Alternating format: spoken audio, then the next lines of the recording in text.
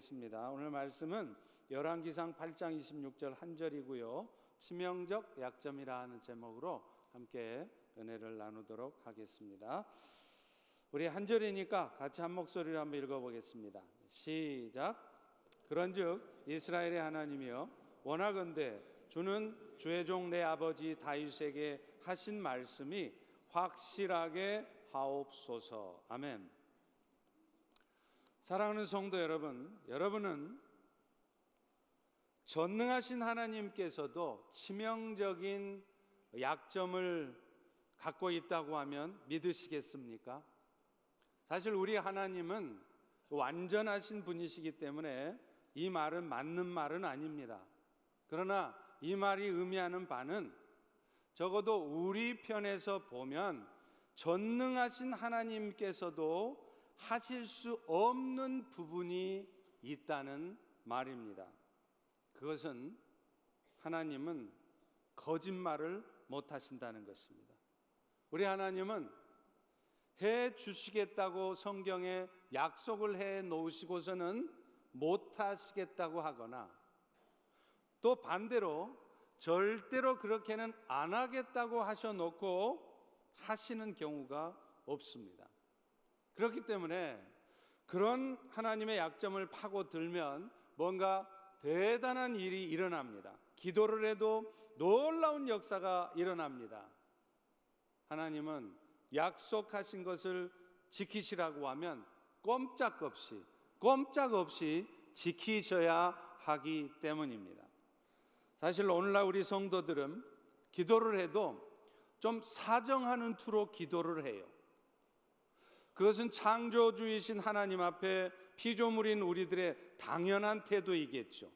그런데 오늘 본문의 솔로몬의 모습을 보면 좀 다릅니다. 뭔가 사정하고 그야말로 바지가랑이라도 붙잡고 간청하는 그런 분위기가 아닙니다. 오늘 본문을 다시 한번 보십시오. 그런즉 이스라엘의 하나님이여 원하건대 주는 주의 종 내 아버지 다윗에게 하신 말씀을 확실하게 하십시오. 한마디로 말하면 하나님, 우리 아버지한테 한 약속 지키세요, 이런 말입니다. 다소 당돌해 보이기도 하지만 사실은 이런 기도가 믿음의 기도가 아닌가 싶습니다. 하나님께서 들어주실까 안 들어주실까 의심을 품고 기도하는 모습이 아닙니다. 우리처럼 해주면 좋고 안 해주면 말고 식으로 기도하는 것이 아닙니다. 솔로몬은 반드시 하나님이 들어주실 것이라고 확신하는 가운데 또 그렇게 해주시라고 당당하게 요구하고 있는 것입니다. 오늘 우리 역시도 이 솔로몬과 같은 기도를 드릴 수 있어야 됩니다. 우리를 너무나 사랑하시기에 우리에게 약점 잡히신 그분의 약점을 붙들고 우리도 기도해야 합니다. 그러면 반드시 하나님은 약속하신 대로 행하시게 되어 있습니다.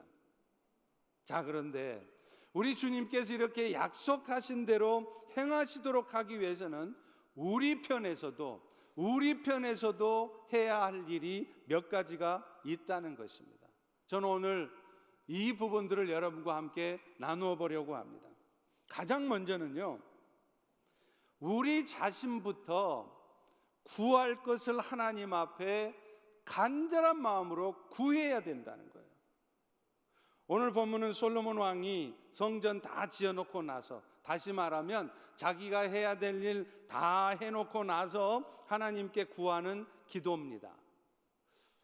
여기서 솔로몬 왕은 몇 가지 요구사항들을 하나님께 아뢰요. 사실 오늘 우리가 본문으로 읽은 이 26절뿐만 아니라 이 열왕기상 8장 전체가 다 솔로몬 왕이 하나님 앞에 구하는 그런 요구사항들입니다. 그런데요, 솔로몬은 이 요구사항들을 하나님 앞에 아뢰일 때 똑같이 반복되는 말씀이 있어요. 그것은 주의 백성들이 이곳을 향하여 기도할 때에 이런 말씀입니다. 실제로 솔로몬의 자기의 요구사항을 아래는 첫 번째 기도가 30절에 나옵니다. 거기 보시면 이렇게 말합니다. 주의 종과 주의 백성 이스라엘이 이곳, 그러니까 성전을 향하여 기도할 때 주는 들으십시오. 다시 말하면 당신의 백성들이 기도의 손을 펴서 구할 때 주님께서도 그 기도를 들으시고 응답하시라는 말입니다. 이것은 그저 나무 아래서 감이 떨어지기를 기다리듯이 입만 이렇게 쩍 벌리고 있지 말고, 정말로 감을 얻고 싶으면 기도의 손을 뻗쳐서 기도할 때 그 감을 얻을 수 있다는 말입니다. 우리는 종종 주께서 다 해주실 것을 믿는다고 말해요. 그래서 심지어는 기도하는 일조차 하지 않으면서 해주실 것을 기대합니다. 그런데 여러분, 정말로 주께서 해주실 것을 믿는다면 우리는 그것을 위해서 구해야 합니다. 해주실 것을 믿기 때문에 오히려 확신을 가지고 더 많이 구해야 하는 것이에요. 감을 얻으려면 손을 뻗쳐서 감을 따야 하는 것과 같습니다. 에스겔 36장 26절부터 8절에 보면요, 여호와께서는 이스라엘 백성들에게 새로운 약속을 하십니다. 물론 그 약속의 골자는 이전에도 계속 해왔던 옛 약속, 그러니까 구약과 크게 다르지 않아요. 28절에 나옵니다. 너희는 내 백성이 되게 하고 그 일을 통해서 나는 너희의 하나님 됨을 보이시겠다.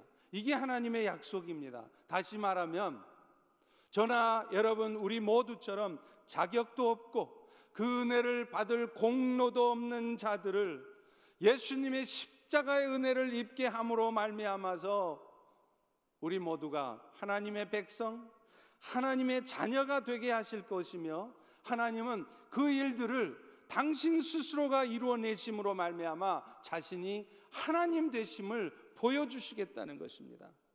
그런데 여러분, 이 새 약속, 그러니까 신약은요, 옛 약속인 구약과 다른 점이 하나가 있어요.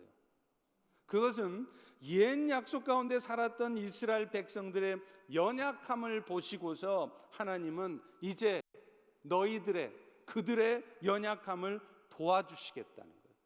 그게 26절과 27절에 나옵니다. 또 새 영을 너희 속에 두어서 새 마음을 너희에게 줄 것이며, 그래서 너희의 육신에 있는 그 딱딱해진 마음, 굳어진 마음을 제거하고 너희들에게 부드러운 마음을 갖게 할 것이다. 또 내 영을, 성령을 너희 속에 두어서 너희가 그렇게도 지키기 힘들다고 하는 하나님의 말씀을 지켜 행하게 만들겠다는 거예요. 그러므로 너희도 나를 통하여 내 규례를 지켜 행하게 될 것이다. 이렇게 말씀을 하는 것입니다. 아시다시피 이스라엘 백성들은요, 하나님 나라의 백성으로 택하심을 입었습니다. 그럼에도 불구하고 이 구약의 역사를 보면 그들은 처음부터 끝까지 계속해서 하나님을 배반해요. 하나님의 말씀을 듣지 않습니다. 자신들의 유익을 위해서 우상을 숭배하고 하나님을 떠나서 계속해서 살아요. 그 모습을 보신 하나님께서는 너무 마음이 아프시고 실망스러우신 거예요. 그래서 하나님은 자기 스스로가 새로운 대책을 강구하셨습니다. 그게 뭔지 아십니까? 그게 바로 이제 신약 백성인 너희들에게만큼은 나의 영, 곧 성령을 보내서 너희들이 정말 하나님 나라의 백성답게 살게 하시겠다는 겁니다. 내 영을 너희 속에 두어 너희로 하여금 내 명령을 지켜 행하게 하겠다. 사실 오늘날 신약 시대에 사는 우리들은 그래서 구약 백성들보다 더 복받은 자들이에요. 오늘 이 시대에 사는 여러분들이 왜 복받은 자인 줄 아십니까? 여러분들은 이제 구약 백성들처럼 스스로의 힘으로 하나님의 뜻대로 살아가려 하지 않아도 돼요. 그래서 열심히 주의 뜻대로 살려야 하지만 내 육신의 욕망, 내 육신의 욕심이 그런 하나님의 뜻을 이루지 못하게 만들어서, 그래서 수도 없이 많은 순간 죄를 범하고, 그래서 구약 백성들처럼 하나님 앞에 제물을 들고 가서 죄 용서함을 받아도 되지 않게 되었다는 것입니다. 하나님이 보내주신 성령의 도우심을 입을 수 있기 때문입니다. 그래서 우리 스스로의 힘으로는 주 뜻대로 살아가기도 힘들지만, 우리의 스스로의 힘으로는 도저히 내 안에 있는 욕심을 어찌할 수 없지만, 성령님 때문에, 여러분 안에 이미 들어가 계시는 그 성령의 도우심을 입을 때 여러분은 얼마든지 주 뜻대로 살 수 있게 된다는 것이에요. 그것이 오늘 신약시대에 사는 여러분들에게 주신 축복입니다. 자, 그런데요, 중요한 말씀이 이 약속 뒤에 나옵니다. 에스겔 36장 37절입니다. 그래도 이스라엘아, 이같이 너희들에게 이루어 주기를 나 여호와에게 구하여야 할지니라. 주께서 다 해주시니까 여러분은 가만히 있어도 그냥 여러분 안에 있는 성령이 알아서 다 여러분 마음 움직이시고, 여러분 안에 욕심 다 제거하시고, 그래서 여러분이 주님 뜻대로 살아가게 만드신다는 말이 아니라는 거예요. 성령을 통해서 그렇게 살도록 해주시겠다 했지만, 여러분이 우리가 하셔야 될 일이 있다는 겁니다. 그것이 바로 성령의 도우심을 구해야 한다는 겁니다. 그저 염려만 하고 뜻대로 되어지지 않은 현실 앞에서 불평만 늘어놓을 것이 아니라, 그 염려하고 불평할 시간이 있으면 그 시간에 확신을 가지고 중보기도 하고 더 많이 기도하라는 말이에요. 그러면 하나님이 하신다는 겁니다.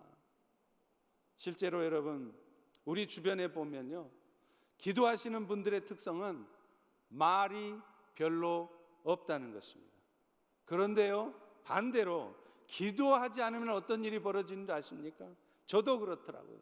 나도 모르게 말이 많아져요. 온통 염려스럽고 온통 불평스러워 보이기 때문입니다. 그런데 여러분, 사실 우리가 살아가면서 겪는 일들 중에 염려스럽지 않고 불평스럽지 않은 일이 얼마나 되십니까? 오늘 여러분의 비즈니스, 여러분의 직장생활 한번 돌아보세요. 여러분하고 같이 사는 여러분의 남편과 아내를 보십시오. 여러분의 자녀들과 부모님들 다 만족스러우신가요? 하나도 염려스러운 거 없으신가요? 아닐 것입니다. 어차피 우리 인생은요, 우리가 아무리 신중하게 살아도, 아무리 최선을 다해 살아도 어차피 염려스러울 수밖에 없고 불평스러울 수밖에 없는 인생들입니다. 그런데 그런 상황 가운데 있을지라도 하나님의 약속을 믿기에, 하나님께서 하실 것을 확신하며 기도하게 되면요, 여러분, 그렇게 염려스럽지가 않게 돼요. 그렇게 불평스럽지가 않게 됩니다. 그러니 당연히 말을 많이 않게 되는 것이죠. 실제로 하나님의 아들이신 예수님께서 인류 구원을 위해서 십자가에 죽으실 일을 앞두고 그분이 한 일이 무엇입니까? 그냥 고급 호텔에서 맛있는 거 마음껏 먹고 푹 쉬면서 내일 결전의 날을 준비하셨습니까? 아닙니다. 그분은 감난산에 올라가서 땀방울이 핏방울이 되도록 기도하셨습니다. 또 예수님은요, 밤늦도록 병든 자를 고치시고 열심히 가르치시다가 그 다음날 아침에 피곤하니까 그날은 푹 주무셨습니까? 아닙니다. 새벽에 일찍 일어나서 습관을 조차 한적한 곳에 나아가 기도하셨다고 말합니다.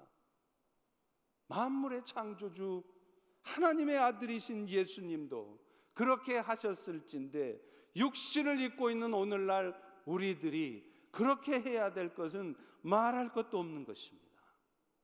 그런데 오늘 여러분, 우리 모두는 지금 그렇게 살아가고 있나요? 그런 가운데 하나님이 하실 것을 기대하고 계십니까? 그런데 이 기도와 관련해서 예수님께서는 그렇게 잘하지 못하는 우리의 마음을 아시고 우리의 마음을 격려해 주시려고 놀라운 말씀을 하나 주셨어요. 그게 마태복음 18장 18절입니다. 무엇이든지 너희가 땅에서 매면 하늘에서도 매일 것이고 무엇이든지 땅에서 풀면 하늘에서도 풀린다. 여러분, 이 말씀을 잘 보세요. 이 말씀이 뭔가 거꾸로 돼 있어야 맞을 것 같습니다. 그런데 그렇지 않습니다. 하늘에서 매줘야 땅에 매는 게 아니라 땅에서 여러분들이 예수의 이름으로 매면, 여러분이 예수의 이름으로 풀면 하늘에서도 여러분의 기도를 들으시고 풀어주고 맺어준다는 것입니다. 결국 일의 주도권이 땅에서 기도하는 여러분들에게 주어졌다는 것을 말씀하시는 거예요. 그렇다면 만왕의 왕이신 예수님께서 왜 그렇게 말씀하셨을까요? 그만큼 주의 일을 이루어가는 것뿐만 아니라 여러분 개인의 일을 이루어가는 데 있어서도 가장 중요한 것이 기도하는 일이라는 것을 말씀하시는 것입니다. 우리의 힘과 우리의 지식과 경험으로는 되는 일이 없지만 아무리 머리를 맞대고 짜내고 검토해도 답이 나오지 않지만 성령의 도우심을 구할 때 우리는 불가능을 가능케 할 수 있기 때문입니다. 실제로 우리는요, 이스라엘의 역사에서 하나님의 나라를 이루어가는 데 있어서 가장 중요한 것이 기도였다는 것을 확인할 수 있습니다. 출애굽기 17장에 보십시오. 이스라엘 백성들이 출애굽한 후에 처음으로 아말렉과 전쟁을 합니다. 그런데 재미있는 것은 그 전쟁의 승패가 열심히 칼 휘두르면서 최선을 다해서 칼 휘두르면서 전략을 세워서 칼 휘두르는 여호수아에게 있는 것이 아니라 산 위에서 기도하고 있던 모세의 기도에 의해 그 승패가 결정됐다는 거예요. 출애굽기 17장 11절에 보세요. 모세가 손을 들면 이스라엘이 이기고 모세가 손을 내리면 여호수아가 아무리 잘 싸워도 여호수아가 아무리 전략을 세워서 최선을 다해 싸워도 아말렉이 이겼다는 것입니다. 사실 종군 기자가 와서 그 전쟁 사진을 찍는다면 여러분 어떤 사진이 실감이 더 날까요? 아무래도 피 튀기면서 칼 휘두르고 있는 여호수아가 전쟁 제대로 하고 있는 것처럼 보여지지 않겠습니까? 전쟁은 안 하고 한가롭게 산 위에 올라가서 기도나 하고 있는 모세의 모습을 보면 저 사람은 지금 도대체가 전쟁하고 있는 거야, 뭐 하는 거야, 이런 말을 하게 되지 않겠습니까? 그러나 놀랍게도 성경은 그 전쟁에서 이기고 지는 승패가 기도에 달려 있다는 것을 말한다는 것입니다. 오죽했으면 모세가 팔이 피곤해서 손을 내릴 것 같으니까 얼른 그 양옆에 아론과 훌이 모세의 손을 붙들어 올렸다고 하지 않습니까? 그런데 여러분, 우리는 여기까지 이 말씀들을 알고 있어요. 그런데 이 말씀 다음에 우리가 놓치기 쉬운 중요한 말씀이 하나 더 나옵니다. 그것이 출애굽기 17장 14절의 말씀이에요. 이 사실을 책에 기록하여 기념하게 하고 여호수아의 귀에 외워 들려라. 하나님은 왜 모세에게 이런 명령을 하셨을까요? 이 아말렉 전쟁에 대한 기록을 잘 기록해서 틈만 나면 여호수아가 그 말씀을 듣게 만들라는 겁니다. 사실 하나님은 이미 모세의 후계자로 여호수아를 지목하고 계셨어요. 그리고 앞으로 여호수아도 모세처럼 이스라엘 백성들을 인도해 가게 될 텐데 그때 이 모든 전쟁의 승패는 철저히 기도하는 데 달려 있다는 것을 결코 잊지 말라고 이 말씀을 하신 거예요. 그래서 여호수아야, 너도 이스라엘을 이끌어갈 때 칼 휘두는 일에 마음 쓰지 말고 기도하는 일에 더 많이 시간을 투자하고 기도하는 일을 더 많이 하라고 그렇게 말씀하신 것입니다. 그런데요, 우리가 기도할 때도 한 가지 더 알아야 될 게 있습니다. 그 기도 중에도 우리 하나님께서는 합심하여 구하는 기도에 속히 응답하신다는 거예요. 앞서 마태복음 말씀하신 그 말씀 곧바로 뒤에 예수님은 이 말씀을 덧붙이고 계십니다. 마태복음 18장 19절입니다. 너희 중에 두 사람이 땅에서 합심하여 무엇이든지 구하면 하늘에 계신 내 아버지께서 그들을 위하여, 합심해서 기도하는 그들을 위해서 이루게 하시리라. 두세 사람이 내 이름으로 모인 곳에 나도 그들 중에 있다. 기도를 하되 혼자 하지 말고, 골방에서 하지 말고 함께 모여서 기도하라는 것입니다. 물론 골방에서 각자 기도할 수 있습니다. 그리고 우리 하나님 그런 기도에도 분명히 응답하십니다. 그러나 더 힘있는 기도가 뭔지 아십니까? 즉각적으로 응답하실 수밖에 없는 기도가 뭔지 아십니까? 한마음 한뜻이 되어서 함께 기도하는 기도입니다. 두셋만 모여도 주님께서는 그들 가운데 함께 있겠다고 하셨는데 수백, 수천 명이 함께 모여 기도하면 그 기도는 주님이 반드시 응답하시게 되어 있다는 거예요. 그런 의미에서 이제 우리는 내일부터 2019년 워싱턴 지역 교회 연합 기도회가 한 주간 진행된다는 것을 알고 있습니다. 실제로 선교 현장에서 생명 바쳐 일하고 계시는 선교사님들이 주 강사들이세요. 그것도 보통 선교지가 아니에요. 생명이 왔다 갔다 하는 무슬림권에서 항상 테러의 위협이 있고 눈 깜빡 잘못하면 죽을 수 있는 그런 선교 현장에서 시리아 난민들, 이라크 난민들을 위해서 섬기시는 분들입니다. 그런데 그들 가운데 지금 하나님께서 초자연적인 역사로, 기적 같은 역사로 그들을 예수 믿게 하고 있어요. 그런 현장의 이야기를 여러분 듣게 되실 것입니다. 그러면 과연 우리 하나님 살아계시는구나, 그리스도의 십자가의 은혜와 역사는 정말 놀랍구나, 그렇게 생각하시게 될 거예요.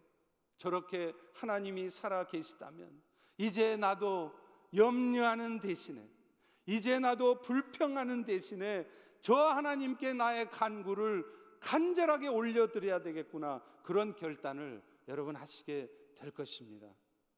또 선교 현장에서 생명 바쳐 일하시는 선교사님들의 이야기를 들어보세요. 그러면 여러분들이 지금 걱정하시고 고민하고 있는 것들이 얼마나 사치스러운 고민인 줄을 알게 되실 것입니다. 내가 지금 시험 들어있는 이 상황이 얼마나 하나님 앞에 부끄러운 모습인가 여러분 깨닫게 되실 것입니다. 이제 내일부터 시작되는 이 한 주간의 이 기도의 모임 가운데 여러분 모두 참여하셔서 하나님의 예비하신 놀라운 은혜를 마음껏 누리시기를 간절히 축원드립니다. 할렐루야, 할렐루야. 두 번째는요, 우리 하나님은 약속을 지키시되 회개할 때 행하신다는 거예요. 열왕기상 8장 37절부터 39절에 보면 솔로몬 왕은 다음과 같이 기도를 합니다. 만일 이 땅에, 이스라엘 땅에 기근이나 전염병이 있거나 메뚜기나 황충이 있거나 무슨 재앙이나 질병이 있든지 막론하고 한 사람이나 혹 주의 백성이 각각 자기 마음에 재앙을 깨닫고 이 성전을 향해서 기도하거든 주는 들으십시오. 주의 백성들 가운데서도 여러분 답답한 일, 황당한 일 발생할 것이라는 것을 말씀하는 겁니다. 예수 믿는 사람들의 삶에도 하늘이 닫혀서 비가 내리지 않아서 농작물의 수확을 많이 거두고 싶은데 많이 거두어지지 않는 일이 생긴다는 거예요. 예수만 믿으면 다 수확물이 많아진다고 말하고 있지 않습니다. 혹시 토산물을 얻은 다음에는 그것들을 잘 간직하고 잘 보관해 놓으면 내 노후가 편안해지고 내 평생이 편안해질 것 같은데 갑자기 메뚜기 떼가 나타나서 그 모아놓은 것 다 먹어 치워버리는, 평생을 벌어놓았던 것 한순간에 날아가는 일이 여러분 인생에도 발생한다는 것을 말하는 것입니다. 그것뿐입니까? 전염병이 돌아서 건강했던 사람들이 갑자기 병이 난대요. 그런데 왜 이런 일이 발생한다고 합니까? 농사를 잘못 지어서가 아닙니다. 재산관리, 건강관리 잘못해서만이 아니랍니다. 하나님께서 이런 일들을 통해서 여러분들을 더 온전하게 하고 여러분들이 더 하나님 앞에 당신의 뜻을 세우고자 하는 사람으로 세워지도록 하시기 위함이라는 거예요. 그러므로 그런 상황 가운데 우리가 처한다면 우리가 가장 먼저 할 일은 염려나 하고 앞일을 걱정이나 하고 왜 나는 이런 상황 가운데 처해야 합니까? 왜 이렇게 하셨습니까? 불평이나 할 것이 아니라 스스로 마음을 더 낮추고 내가 혹시 잘못된 길은 가고 있지 않았는가? 나도 모르게 하나님을 떠나 있지는 않았는가? 돌아보셔야 한다는 거예요. 그럴 때 하나님은 여러분의 삶을 회복시키시는 것입니다. 이스라엘이 그렇게도 정복하기 어려워했던 여리고성 싸움에서는 승리를 합니다. 그런데 군사 3,000명만 보내면 이길 것이라 했던 아이성 싸움에서는 진 이유가 무엇일까요? 그들은 잘못된 삶에서 돌이키지 않았기 때문에 그래요. 여리고성 싸움에서 얻은 전리품들을 다 불태워 없애라는 하나님의 명령에 불순종했기 때문입니다. 그런데 여호수아는요, 그런 아이성 싸움의 실패 앞에서 장수들을 불러다 놓고 야단치지 않았습니다. 너희들이 작전을 잘못 세워서 그렇지, 전략을 잘 세워야지, 그렇게 하니까 결과가 그 모양이잖아, 이렇게 야단치지 않았다는 거예요. 그들 자신이 먼저 여호와 앞에 옷을 찢었습니다. 여러분, 구약 성경에서 옷을 찢는다는 것은 뭘까요? 회개했다는 말입니다. 그럴 때 하나님은 어떻게 하셨습니까? 다시 여호수아와 이스라엘 백성들로 하여금 그 아이성 싸움에서 이기게 해주셨어요. 어떻게 해야 그 싸움을 이길 수 있는지 그 승리의 구체적인 방법까지, 디렉션까지 다 알려줬습니다. 그것뿐입니까? 여리고성 싸움에서는 전리품을 얻어도 다 불태워 없애라고 하시더니 아이성 싸움부터는 이제 그 얻은 전리품도 다 가져가라는 거예요. 너희들이 마음대로 쓰라는 것입니다. 결국 잘못된 삶에서 돌이키고 회개할 때 하나님의 기도의 응답의 역사, 회복의 역사가 우리 가운데 있다는 것을 말하는 것입니다. 오늘날 미국도 영적 타락에서 돌이키지 않으면 하나님은 반드시 심판하실 것입니다. 돈을 우상으로 삼지 말라고 하나님은 미국 돈 1달러짜리에도 We trust in God라는 말을 써놨습니다. 그런데 이런 나라가 이제는 물질 만능의 나라가 됐어요. 돈이 최고예요. 뭐니 해도 머니가 최고인 거예요. 그럴 때 하나님은 절대로 이런 나라를 가만두시지 않으실 것입니다. 기독교가 건국의 이념이었던 이 나라가 점점 성적으로 타락해 갑니다.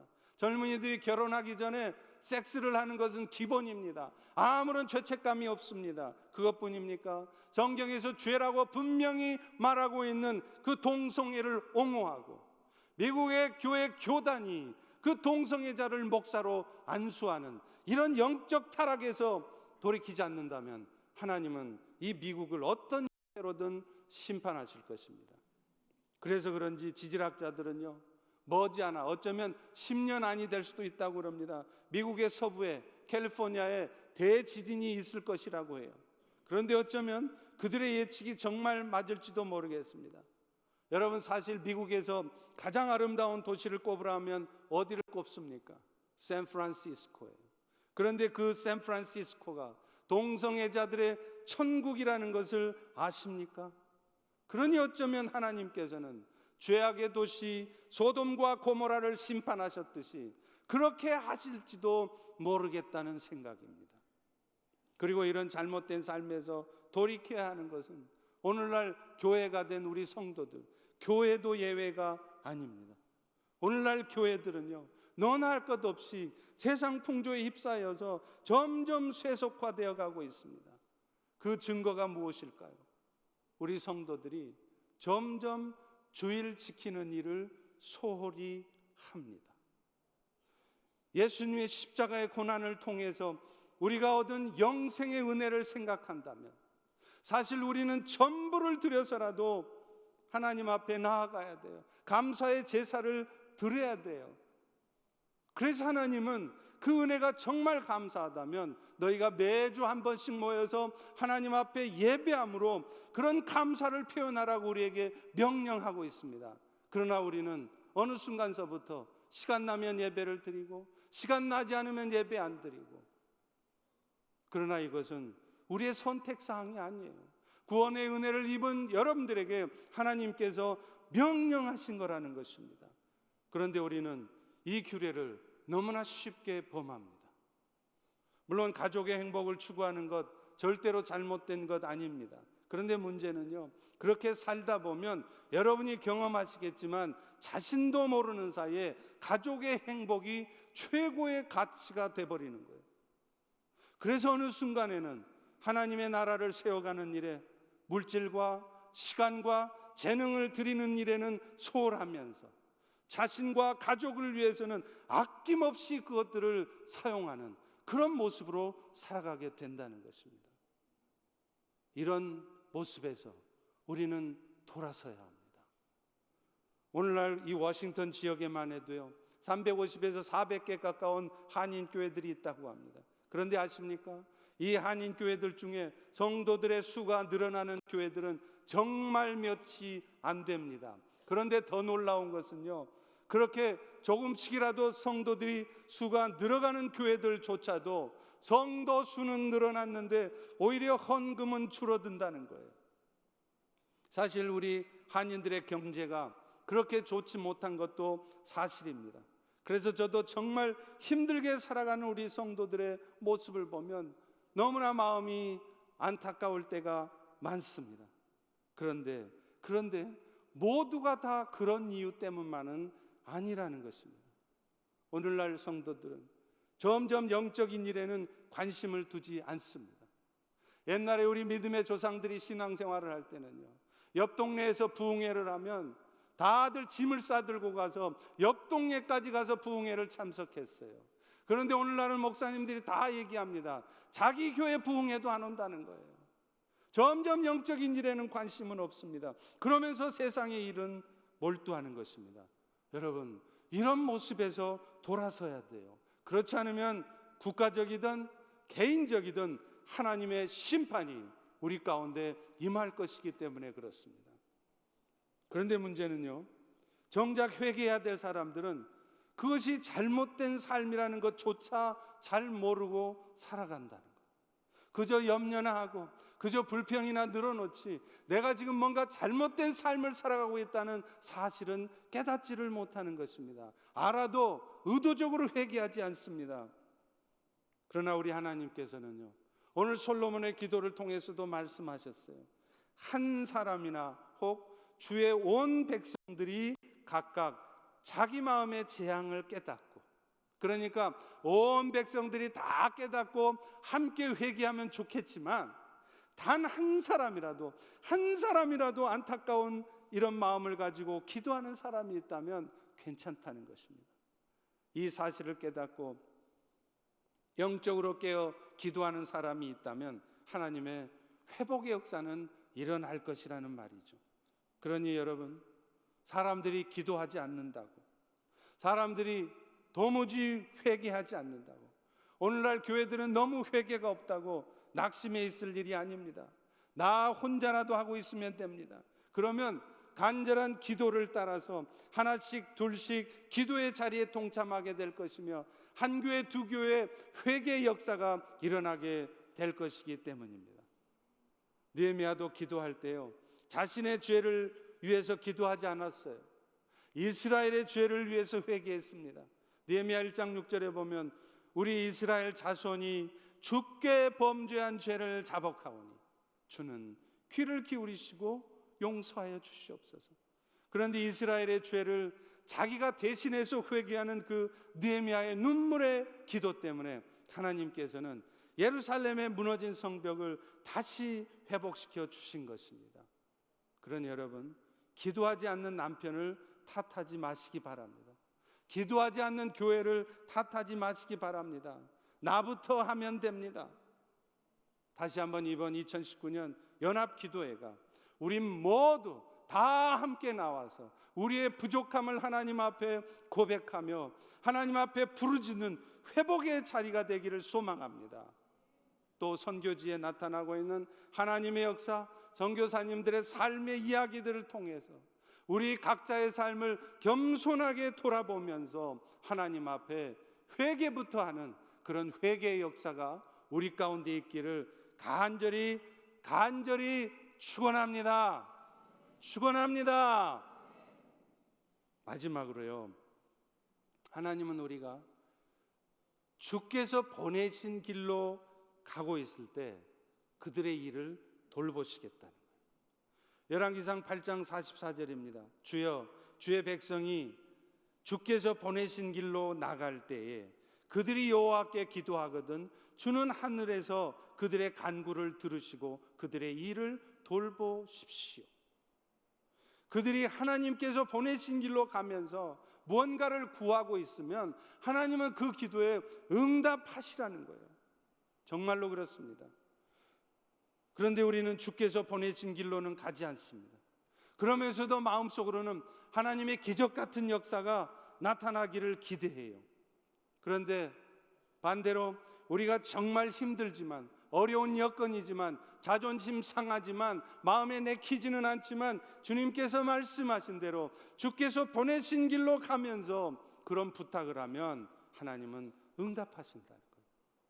여러분, 마태복음 6장 33절의 말씀이 그 말씀 아닙니까? 여러분 너무나도 잘 알고 맨날 외우고 계시죠. 먼저 그의 나라와 의를 구해봐라. 그러면 이 모든 것을 너희에게 더할 것이다. 이것저것 먼저 해야 할 것 같은 일도 있고, 지금 여건 환경도 별로 좋아 보이지 않지만, 그래도 내가 죽으면 죽으리라는 각오로 내가 이번에 정말 주님이 보내신 길로, 주님이 하라 하시는 일에 내 몸을, 내 마음을, 내 삶을 드려보겠습니다. 그렇게 결단하고 있을 때 하나님은 여러분의 마음속에 기대를 이루어 주신다는 거예요. 여러분이 구하시는 것을 이루어 주신다는 겁니다. 아무리 그것이 불가능해 보이는 것을조차도 이루신다는 거예요. 한국의 거룩한 153이라는 프랜차이즈를 갖고 이 요식업계에서 식당을 통해서 크게 성공한 기업인을 소개하고 마치겠습니다. 신효철 장로라는 분이에요. 이분은 어렸을 때부터 가난하게 자랐습니다. 그래서 중학교 1학년 때부터 목욕탕 때밀이 일도 했대요. 찹쌀떡도 팔고요, 막노동도 했대요. 돈 많아서 사업한 거 아닙니다. 부모님한테 돈 물려받아서 사업한 거 아니에요. 죽도록 고생했습니다. 그런데 그 어머니가 참 훌륭했던 것 같습니다. 비록 그가 가난했지만 아들에게 신앙을 물려주셨습니다. 그래서 그 어머니는 항상 아들에게 이렇게 말씀하셨습니다. 아침부터 저녁까지 어느 곳에 있든지 하나님께서 필요로 하신 곳에 있어라. 내 마음에 들지 않아도, 내가 필요한 것에 있는 것이 아니라 내 마음에 들지 않아도 하나님이 필요로 한 곳에, 하나님이 있으라는 곳에 있으라는 거예요. 그는 결국 34살이 되었을 때 하나님의 비전을 발견합니다. 그래서 그럭저럭 잘 되던 사업을 다른 사람에게 넘겨주고 자신은 거룩한 153이라는 프랜차이즈를 시작했어요. 왜 이름을 거룩한 153으로 지었느냐 하면, 안식일을 기억해서 거룩히 지키라는 이 말씀하고, 베드로가 예수님의 말씀에 마음 안 내켰지만, 안 될 거라 생각했지만 예수님의 말씀에 순종했을 때 153마리의 물고기를 얻었던 것, 여기에서 그 이름을 따왔다는 겁니다. 그래서 그분은 어떤 일이 있어도 안식일을 거룩히 지키는 기업, 믿음으로 순종하는 기업으로 이 프랜차이즈를 시작했는데, 놀랍게도 시작한 지 몇 년이 안 돼서, 요즘 한국이 얼마나 불경기입니까? 온 세계가 다 불경기 아닙니까? 그런데 시작하자마자 연 매출 100억, 그러니까 1000만 불이 넘는 성공을 이루었어요. 거룩한 153 프랜차이즈는 보통 가맹점 점주들이 내야 될 로열티를 내지 않아도 된대요. 보증금, 교육비 일절 받지 않는다는 겁니다. 여러분, 한국에도 미국도 마찬가지지만 프랜차이즈 하는 게 왜 어렵습니까? 로열티 내는 게 어려워요. 돈 다 벌면 그 로열티로 다 들어가니까 그래요. 그런데 이분은 로열티 한 푼도 안 받는데요. 누구나 와서 하라는 거예요.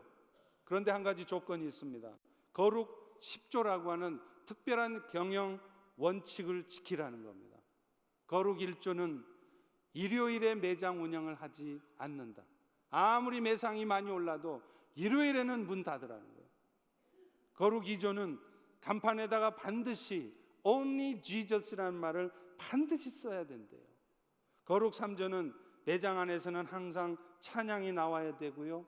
거룩 4조는 하루의 시작을 말씀 묵상과 기도로 해야 합니다. 거룩 5조는 매장에서는 주류를 판매하지 않습니다. 거룩 6조는 성경 구절을 매장 곳곳에 배치를 해야 합니다. 그리고 거룩 7조 8조는 매출의 1%를 선교비로 지출하고 매년 연말 12월이 되면 모든 수익금을 선교 후원금으로 사용하라는 거예요. 대신에 로열티 1푼도 안 받겠다는 거예요. 교육비 보증금 1푼도 안 받겠다는 것입니다. 여러분, 오늘날 이렇게 사업해서 사업 될까요? 그러면 그렇게 다 세상 사람들이 기독교는 왜 저렇게 배타적이야 하면서 손님 한 사람도 안 올 것 같죠? 그런데 어떻게 몇 년 만에 매출이 1,000만 불이 넘습니까? 하나님이 하시는 것입니다. 물론 오늘 이 시대에도 많은 그리스도인들은 나름대로의 비전을 품고 사업을 합니다. 그러나 그 모든 그리스도인 사업가들이 다 성공하는 것은 아니죠.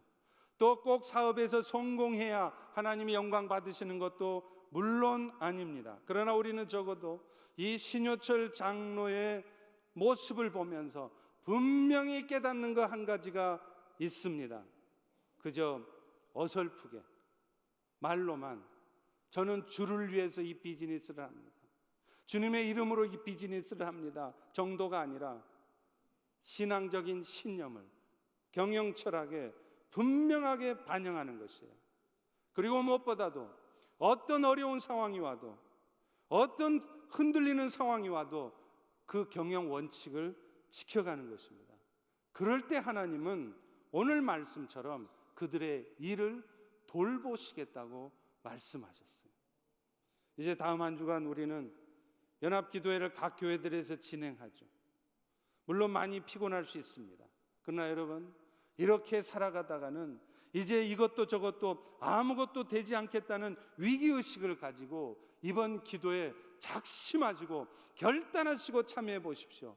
1시간 덜 자면 됩니다. 일찍 나오셔서 다 참석해 보십시오.